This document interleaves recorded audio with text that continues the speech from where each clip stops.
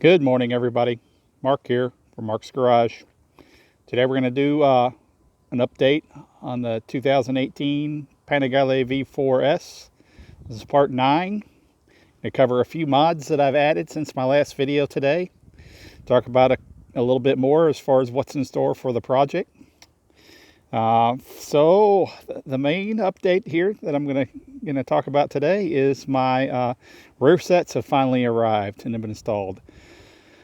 So I had these rear sets ordered shortly after I ordered the exhaust, actually, and with COVID, there's quite a bit of backlog on stuff coming from overseas. Some stuff can take quite some time. There's quite a bit of demand for these rear sets, so really like them. They are Gilles Tooling. They've been around for quite some time. If you're not familiar with Gilles Tooling, they make stuff. They're out of Germany. Make a really fine quality product. They had one design of rear sets that was quite popular in the 2000s. It looked really radical. These are a little bit of a departure from what they've done in the past. Really great product. I love the way they look. The adjustability on these rear sets is just amazing.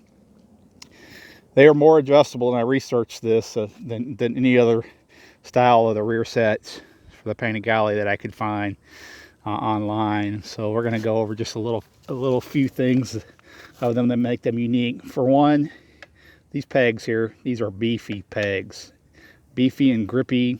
I really like the feel of them. I really like the shape of them on the bottom of your boots. They are foldable.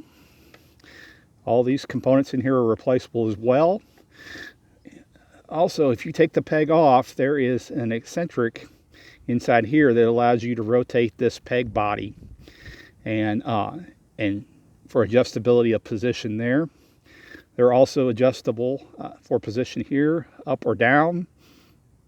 The toe piece is adjustable as well.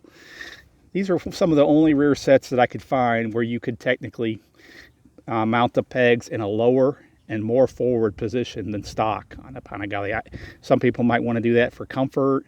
I think in the factory position, which these are in, they're actually rear about 9 millimeters, I believe, and then up just slightly. I have to check the diagram on that, but it tells you what each one of these settings mean in each setting on here as far as your measurements and what you'll get. This mounting plate here, this is actually a two-piece. These rear sets do come fully assembled, though, which is one of the cool things about them. Just a few bolts and some very minor tweaks, and they were set up very easy. Really like them. I like the flow of the shape and the colors with the bike.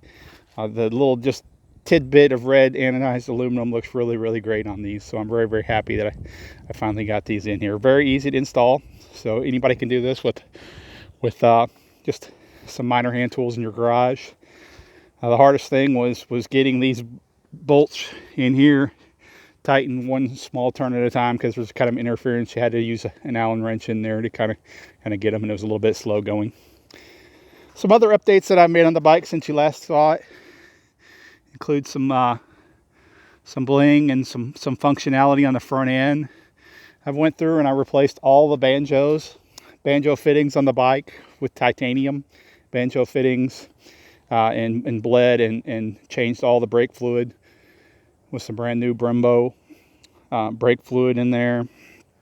I've got some titanium hardware on the brake calipers, on the pinch bolts for the fork, on the rotors. I like titanium, and you'll see as this bike build goes on more and more that there'll be a theme of some lots of places or parts replaced with some titanium. I replaced the lever hinge pins with some titanium hinge pins as well. Give it kind of that MotoGP race look. All the really high dollar master cylinders run those gold titanium hinge pins on them. It looks really cool. And to kind of give the bike a retro flair, kind of the theme I decided that I'm going on with this bike is kind of a 916, 996 era clean race Ducati build. So I've added the AGIP logos that were prevalent on all the 996, 916 era Ducati race bikes.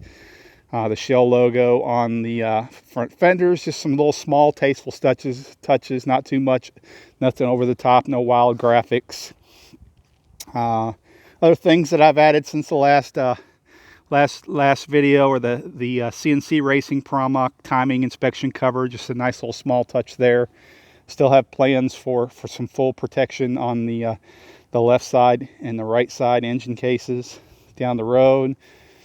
I've added the EK 3D chain. These chains are awesome if you've never run one. This is the second bike that I've had one on. I changed to a super light front countershaft sprocket. And I did the Nicky mod on the factory cover, drilled the bolt for safety wire and added that just as a cool touch. I do have some plans in store for the rear, and I have parts on order for that. Currently inbound from Italy, no ETA on that apparently, but I've got both a carrier and a sprocket on order. I'll save what they are for now and do the video on that. More on the front. So on this side, I've added a titanium axle nut on this side as well. That slider that's poking out of there, those are Darylin sliders. They're from Fast Franks Racing. I complemented that with a Fast Franks endurance pull cup. This isn't a full quick chain system. This is just the pull cup to help ease the removal of the axle.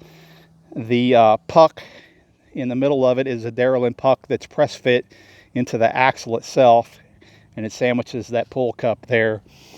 Gives it that endurance racing look and still functionality of able to pull the axle out of there without having to tap this side of the axle with the mallet to break it out of there. And I've got some captive spacers as well in the front wheel from Fast Franks Racing as well. I have not installed them yet, but they are on the docket to install. But I do have them with the Fast Franks ankle or Fast Franks axle accessories that I got there. And I think that gets us caught up to date with everything since the last video that I have. And like I said, my next major thing that I've got that I'm waiting on is the rear axle setup and the rear carrier and the sprocket. I've got titanium nuts for both sides of the rear wheel. I've got titanium spring clips for the axle as well. And I went with a one little more small touch of red. Went with a CNC Racing conical axle spacer in the back that's on order from Bellissimoto. Hopefully that will get here soon as well. So this side will have just one more little touch of red to match the front axle pull cup. And then I think I'm going to be done with the red anodized aluminum for a while. So that's it. That's pretty much an update as far as where the project Panigale V4 Real Men's Build is. Again, I'd like to thank some of the companies that have helped me out, and you know, I had to be kind of patient on shipping times as far as some of these parts, and waiting on them to come in from Europe. But every vendor that I've used has been really great as far as communicating any delays that they might have with any of these parts. And I'm really looking forward to getting some more stuff in. Continuous build. I'm having a lot of fun with it.